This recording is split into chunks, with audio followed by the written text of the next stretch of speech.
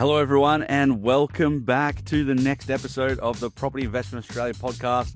I'm your co-host, Lachlan Vidler, and as always, I'm joined by Will Sanchez, who still finds himself over in South America, in the wonderful country of Brazil. Will, how's the weather? I hear it's not the best. Oh, it's very, very hot. It's muggy as, but it's rainy, my friend. It's raining cats and dogs, let me tell you. Yeah. But it's good, no complaint. So far, so good. Are you moving into wet season over there? Is that what's going on? Yeah, it's pretty similar to Australia. I would say it's pretty similar to Cairns. Okay. But this time of year, this like end of year period is when you start to move towards that wet season. Yeah. Yeah. Oh well. Yeah. I guess it's just the beginning, isn't it? It's only sort of September, October time period now, where we're not even at the December time period yet. Oh, it was 34 yesterday. Oh, Super sunny. Yeah, but today's too muggy. You see, there's some sweat dripping down my face. I just see you shining. I just see you glowing.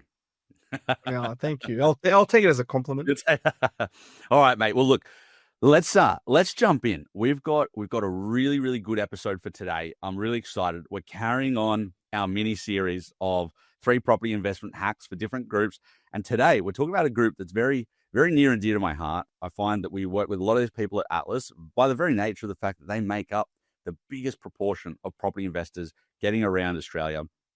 Today, we're going to be jumping into 3 property investment hacks for investors with less than 3 properties. What do you think? Yeah, no, that's pretty good. I would say that's where the majority of people are sitting anyway.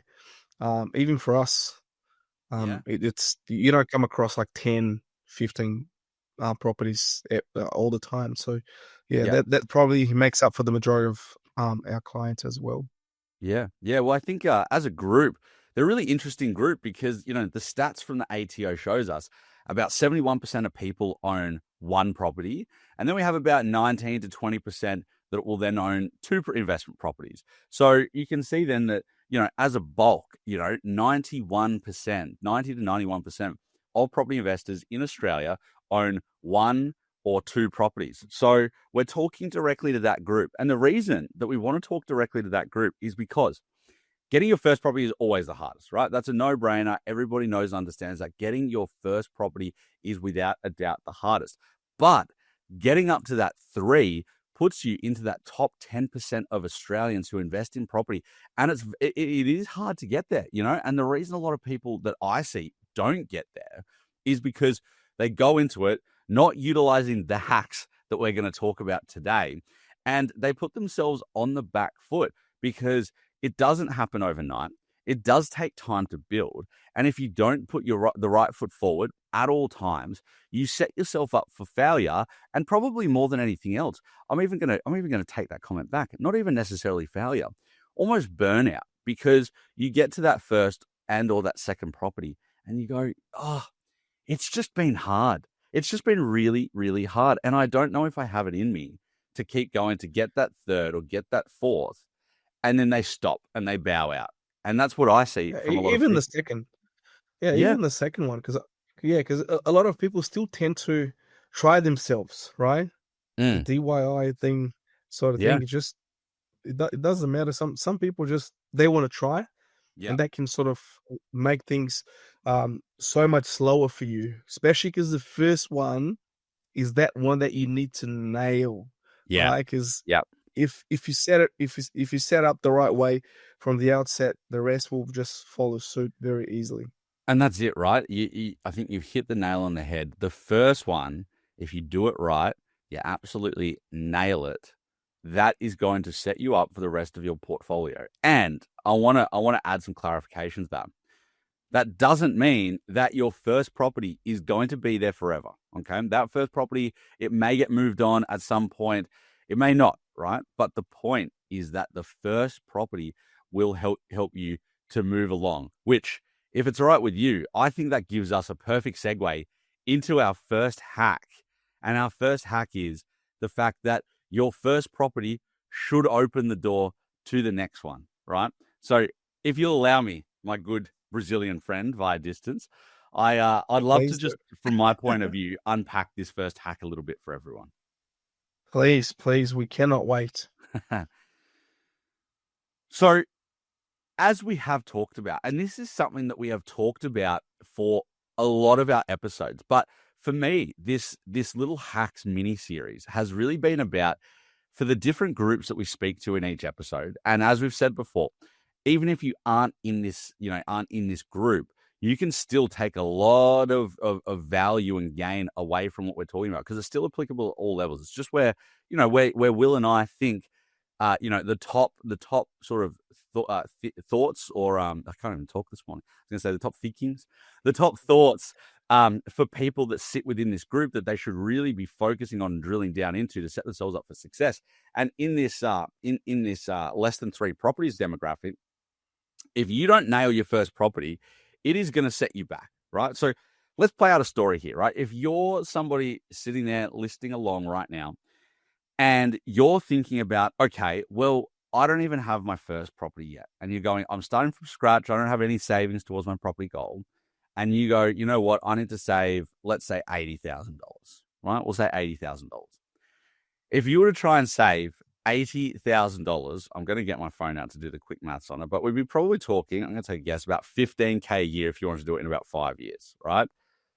$16K a year. I was pretty close, right? $16K a year if you wanted to do that over the next 5 years, right? And that's not even including the fact that property prices are then going to increase along the road. We're just going to put that to the side for now, right?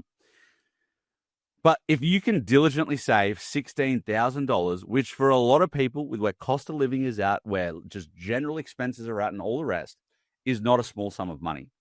If you can save that $16,000 a year for 5 years and you buy that first property, you are going to have done the hard yards. But you think for a minute, if you had to go and save the same amount of money, but let's buff it up now. Let's say it's now 100,000, right? For 5 years past that, we're now up to 20 grand a year. In 10 years, you've saved your way to $180,000 and you bought yourself 2 properties. That is the slow road, my listener friends. That is absolutely the slow road.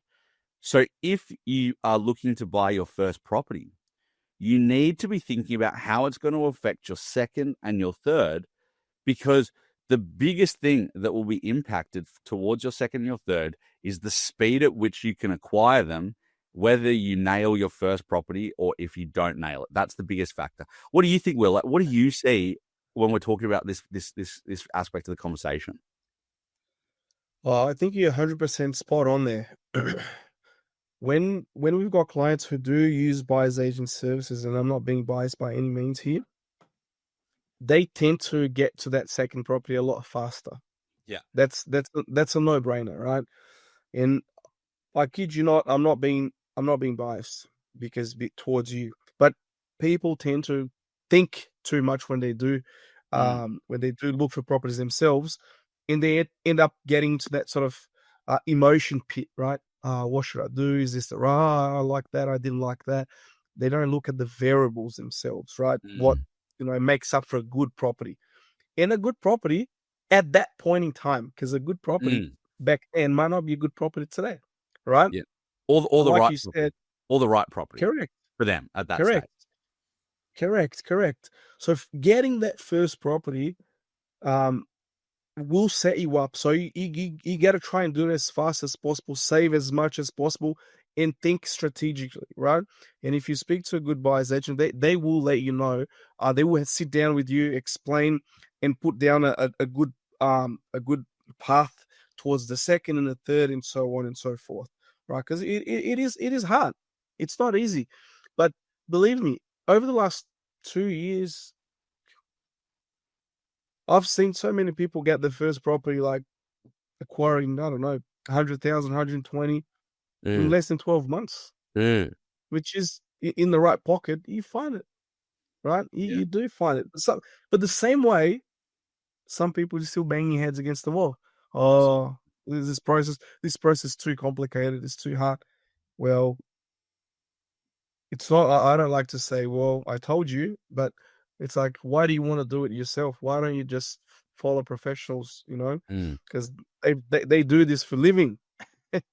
Well, I think you raise a really, really good point, which is that you've seen and obviously we see it because this is what we tend to do on an annual basis for our clients. But if you buy really well, and we're not talking about $1 million property here, like we're talking about properties that might be like, $500,000, 600,000, 700,000, like in that affordable bracket of properties.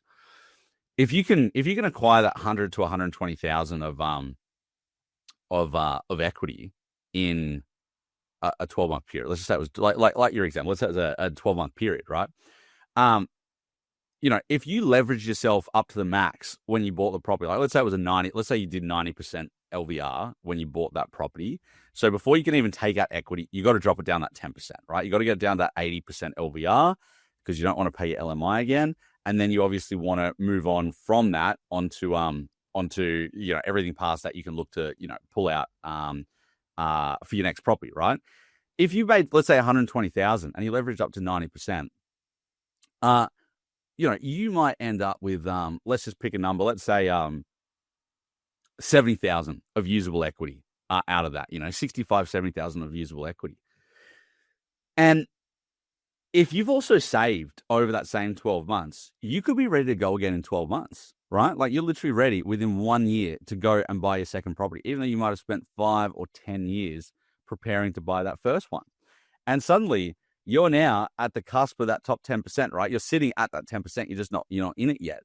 And I think that that's really, really powerful, right? And worst case, if that doesn't happen, maybe you then just give it 18 months, get that little bit of extra equity plus a little bit of extra savings, and boom, you're there, But the whole point has been that your first property has set up your second. And if you'll allow me, what I'd like to do is I also want to shift that frame of thinking. It's not just about the equity, right? The equity is a big piece of that puzzle because that will allow you to leapfrog a lot faster into your next one.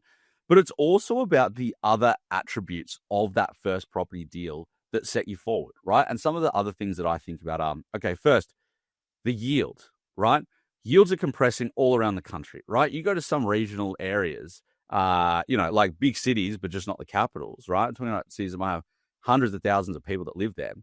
And 2 years ago, 18 months ago, 2 years ago, you were getting a 5% plus yield, and now you're at a low to mid 4, right? So yields are compressing all over the country, but that's a phenomena that everyone is experiencing, right? If you go and compound that and make it worse, and go buy a property that's say, a 3.5% yield, and that's market rent, that is now going to harm your next deal because that's going to harm your cash flow, which is then going to harm your borrowing by an amount that it didn't need to because you potentially acquired the wrong asset for the stage of your portfolio. It could be the wrong asset, full stop, but the wrong asset at this stage of the portfolio. And then your borrowing is impacted, and you might now be in a position that you have equity because you've had growth and you've got savings that also adds into that mix. But now you can't actually go and buy that property because you can't borrow it, right? And I mean, I'm sure you've seen that yourself. Yeah, no, that happens. That happens a lot. Right. I think I think what I would include a good tip here.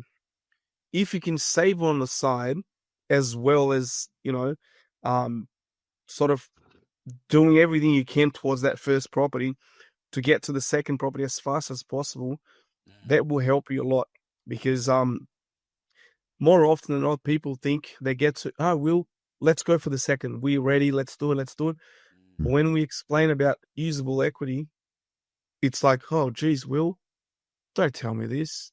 I said, no, but it's just how it is.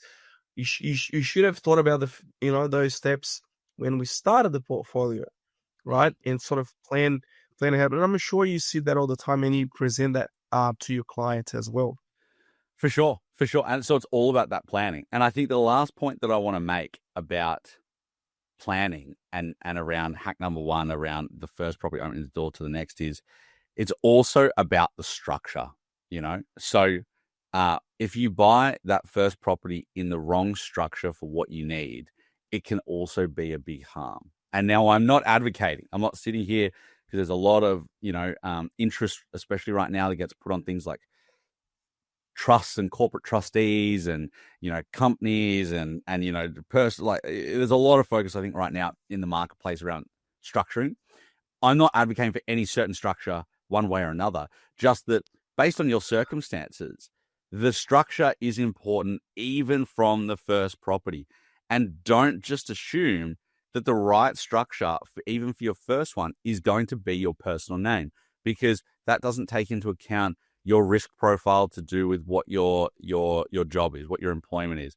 It doesn't take into account other investments that you might have going on that impact the way the bank perceives your cash flow or things like that. That doesn't take into account the fact that your age, right? It doesn't take into account the fact that, this might be your first property, but you might be in a position to buy 5 properties this year, and that therefore you need to look at things a little bit more, in a more complex manner than somebody else. So I guess the crux of what I'm getting at is you also need to think about things like structure. So when it comes to your first property, to round out the fact that your first property should open the door to the next, the biggest things you need to think about is the growth aspect to it, the cash flow aspect to it, and the structuring aspect to it. Because if you get any one of those things wrong, it can significantly harm your ability to get to your second one, or if not your second, eventually crack that ceiling on your third property. Thank you, sir. Thank you. And I'll add a little bit more to it. Give your brokers, or us in this case, I love the optimism. Give us a bit of time. Yeah, exactly. Give us a bit of time as well. Like, I see a lot of people rushing into, let's get a pre-approval done. Let's do this. Let's do that after the fact.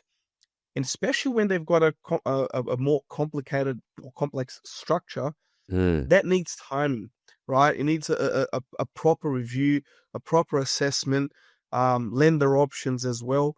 It's not just you throw it out there, within 2 days, you've got it all done. Because if you're talking to a broker who comes back to you within 2 seconds, the broker is probably not busy enough, right?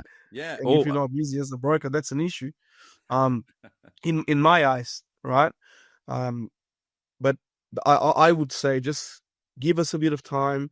Let's prepare the documentation so you can get the structure ready without rush. So then the buyer's agents can do a good job as well.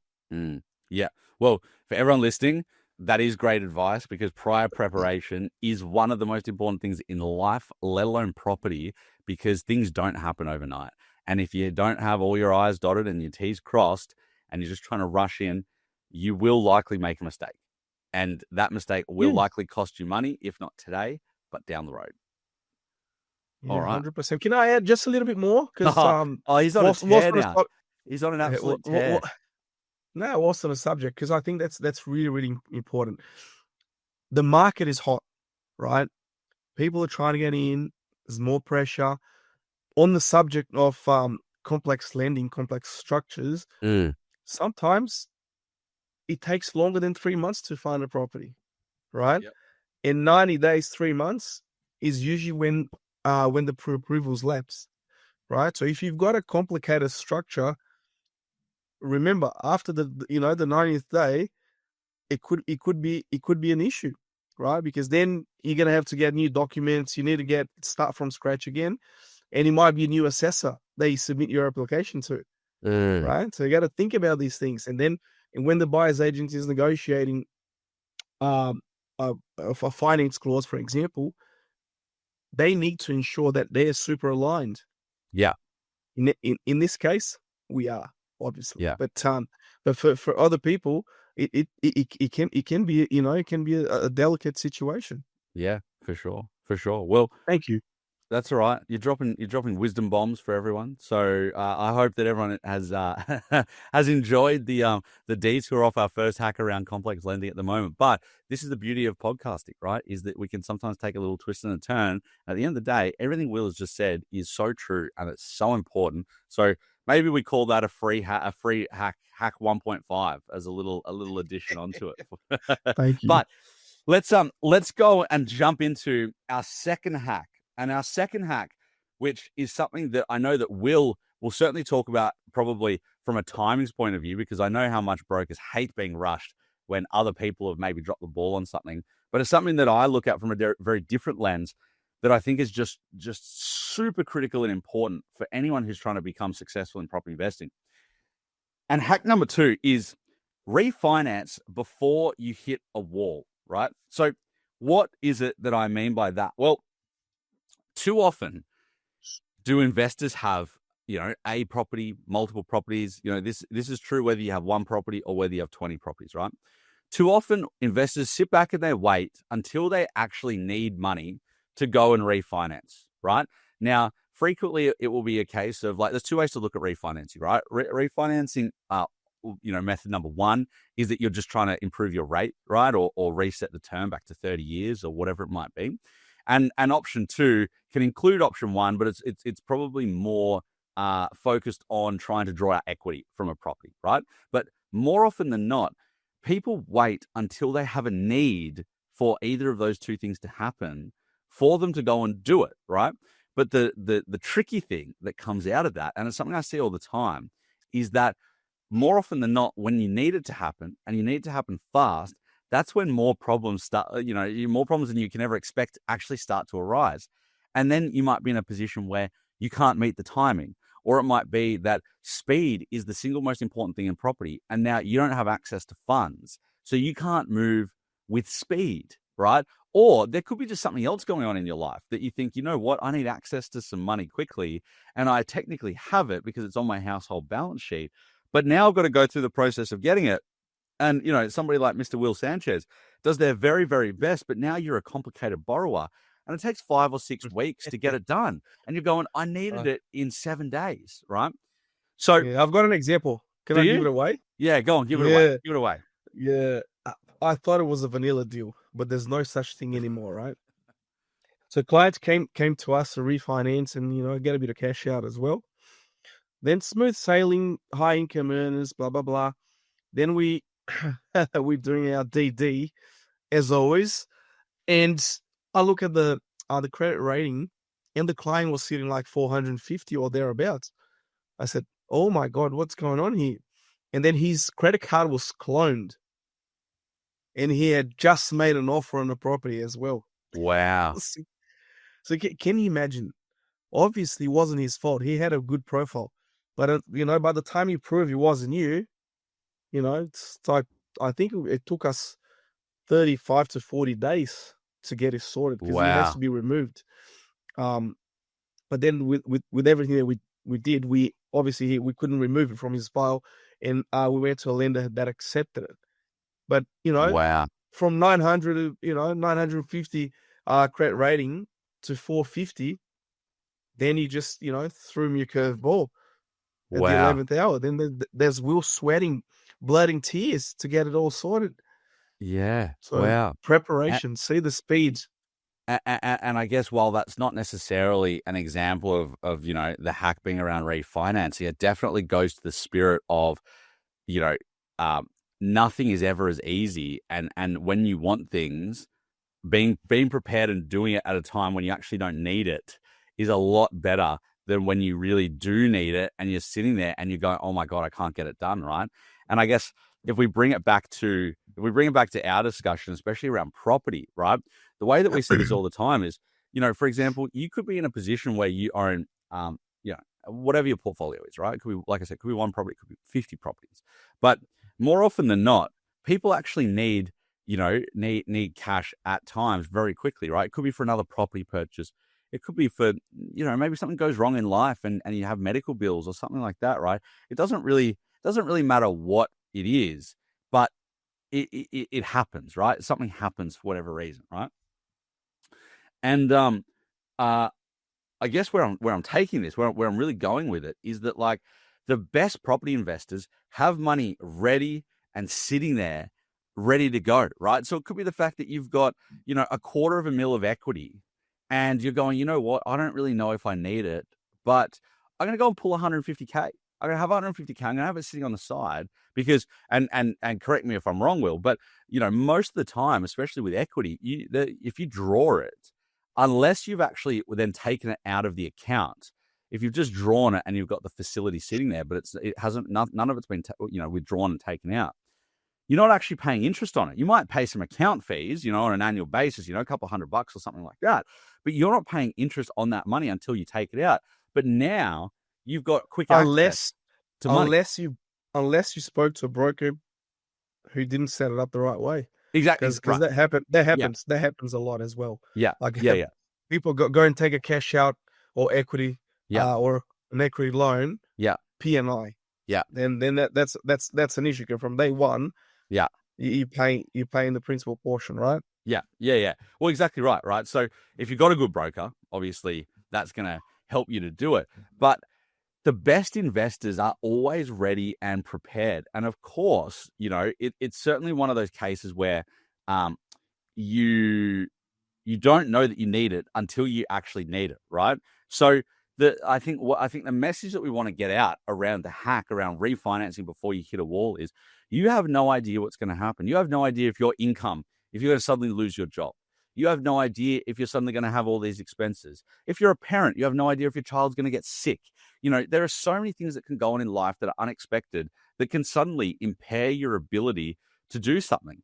And having that money available, or having refinanced it to a better rate, or having refinanced it back to a 30-year term, if it's appropriate for your circumstances, right? Obviously not financial advice, but always keeping your eye on the ball and doing it at a time when you actually almost don't care about it means that when something occurs, you're ready to go and you're not concerned, right? Like Will, obviously everyone knows I don't have children yet. You do have children. I can imagine that, if something happened to one of your kids, but you'd go on and you knew that you had 250,000 sitting in an account off to the side that wasn't your savings, but was ready and accessible in the event that something happened, that would take all the stress out of a situation if something, God forbid, was to happen. And you're going, you know what? Now I don't care. I don't give a shit about the money because it's there and it's ready to go. And I don't even have to go through the process of pulling it, even though I could, because I'm ready to go.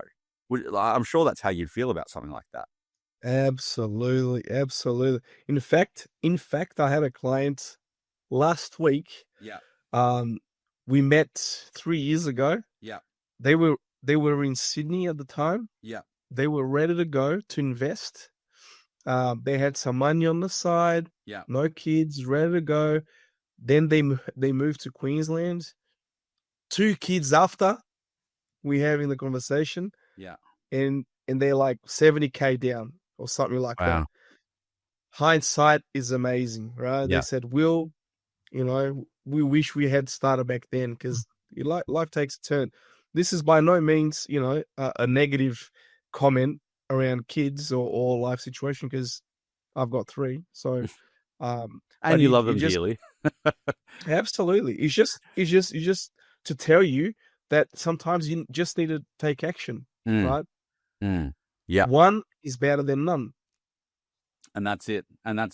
All right. So hack number 2, refinance, pull your equity before you hit the wall. Do it before it becomes an issue down the road. Do it when you don't need it, because the beautiful thing is if you pull it and you don't use it, you can close it whenever you want, right? Obviously, depending on the product you have, but more or less, you can close it, right? You can get rid of it. You can do this, you can do that. But more often than not, people are always sitting there going, I wish I did this and I did it earlier, rather than sitting back and going, God, I wish I didn't do that, right? So be prepared. And be prepared early, all right? So that is hack number 2, everybody. Refinance and be prepared before you hit that wall, because early momentum is everything, all right? Now, we're on the final one, hack number 3. And hack number 3, I think, really ties in beautifully with hack number 1, because this is what people do with the people that have less than 3 properties. This is something that they don't do, and this is what gets them unstuck. And this is something, gets them stuck. And this is something that we've talked about. We've done dedicated episodes to this. We've brought it up on a million other episodes in different ways. But hack number 3 is get a portfolio plan, not just a property. Now, Will, I'm going to jump in and talk on this one first, because I see it all the time, right? I see it all the time, and I see the way that people look at it. Now, I understand, right? I understand everyone who's listening. Buying property is the sexy part.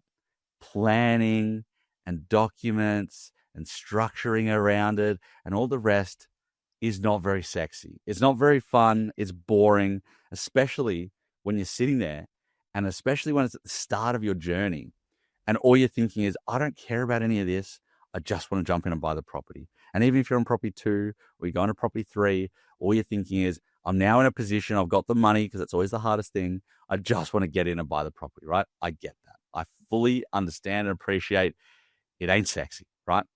But the not sexy parts are the things that set people up for success, okay?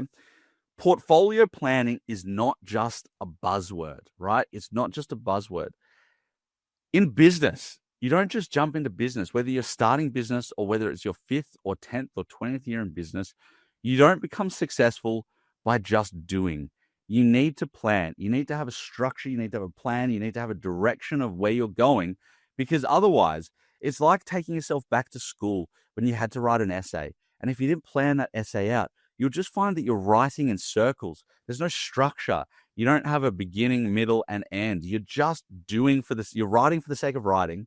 And you're going to find that when you hand that into your teacher to get it marked, you're not going to get a very good mark. And it's because there was no structure and plan around it. And property investing is exactly the same.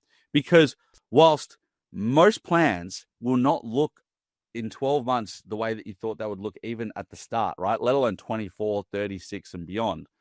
The point is to give yourself shape and structure so that you know what you're doing, you know why you're doing it, and you know what's coming next. And that's where it links to hack number 1 around your first property, opening the door to the next.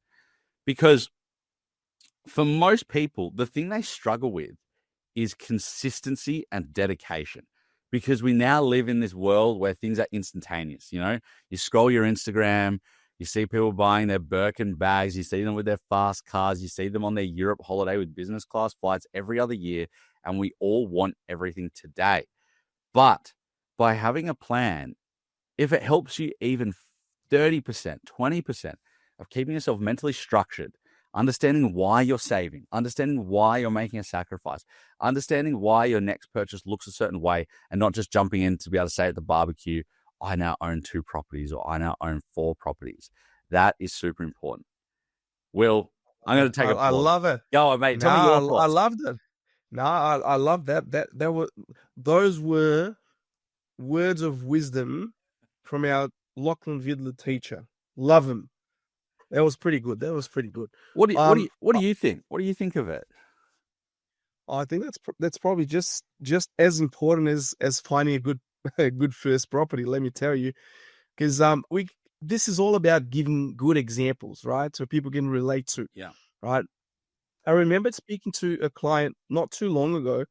They had bought the first property, I think maybe 6 months, 9 months before we had a chat. And they were wanting to put a granny flat at the back of the property straight after buying it. Yeah. Like I said, have you spoken to your buyer's agent about this? They said, no, we haven't. I just think it's a good idea. This is going to give us another, $300 a week, blah, blah, blah. I said, well, but if it's not part of your plan, you could be doing yourself a disservice, because you're going to need money to build that, right? Are you getting more for that property where the property is located by putting a granny flat at the back? Is that going to do you any good? Is it going to increase in value that much?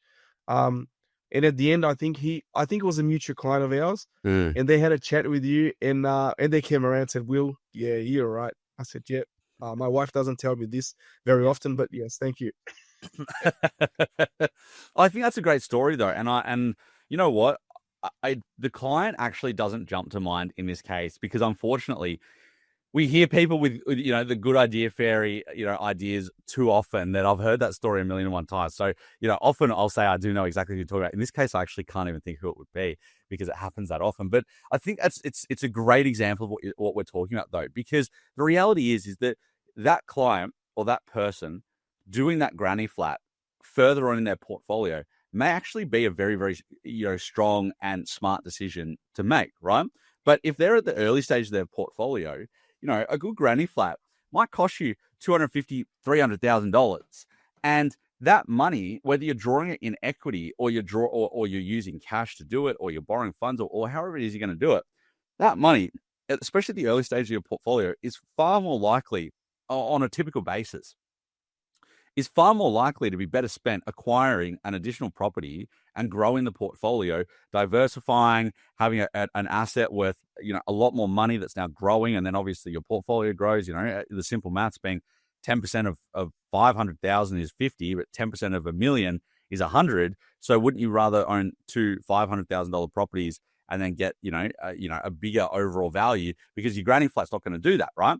But ultimately bringing it back to that portfolio planning side, that's why it's so important. And I'm glad that was what you said, because if it's not part of the plan, doesn't mean the plan can't shift. Doesn't mean that, maybe that slipped through as a And it will. Exactly right. And it will, right? And it will. Sometimes the property prices will increase faster than we anticipated. Yeah. Your personal situation might change, and then you have to sort of take a step back or 2 steps back before you can sort of go to the third step. Yeah. But it's just part of planning and estimating, right? Absolutely. Things will change. So, mate, I completely agree with you. And I hope for everyone listening, the idea is that, too often investors are buying or acting reactively. They're not, they might be chasing a hotspot, chasing a headline, having FOMO, whatever it is, but they're not abiding by a plan, or they're not being smart about how to implement their plan, because too often we see what could be a good property, but it's at the wrong stage of the plan, right? And it means that it handbrakes you, and it really, really prohibits your ability to move from your first to your second to your third and really put you in that top 10% of investors, because the first thing that everyone should be doing is starting with a portfolio plan, right? Starting with that so that you can reverse engineer what needs to be done to scale your portfolio and start with that first goal of getting you inside that top 10% of property investors. And that is hack number 3, everyone. Get a property portfolio plan, not just a property purchase. All right. Thank you. Beautiful. Well, everyone, thank you so much for listening in to this episode about 3 property investment hacks for investors with less than 3 properties. It's been our pleasure talking to you about this, back for another episode. And we have still got a little bit to go on our mini series. But in the meantime, if you are looking for help on the finance side, make sure you go and have a chat with Will and the team over at Aussie Newtown. They are absolutely exceptional at what they do, and they can help you out with all your financing needs. You've heard hack number 2, refinance before you hit a wall, whether that is just updating your loans or pulling equity. So go and take advantage of that hack and jump in and go and have a chat with them about it. Or if you're just ready for that next step in your portfolio, they're there to support you on that front. And then on our side, myself and the team at Atlas Property Group, we are here to help you to start, build, or scale your property portfolio, right? We specialize in investors that have less than 3 properties. And as a little hot tip, we are right at the end of September. We do have an end of quarter little financial offer going on. So if you haven't booked your discovery call with us, come and do that. atlaspropertygroup.com.au. Drop your details in. We are offering a special little deal for the end of quarter. So come and have that conversation with us, and you can lock that in yourself. But otherwise, thank you everyone for tuning in, and we'll be back with you shortly for the next entry into our 3 property investment hack mini series. Thank you. This is a Piccolo podcast production.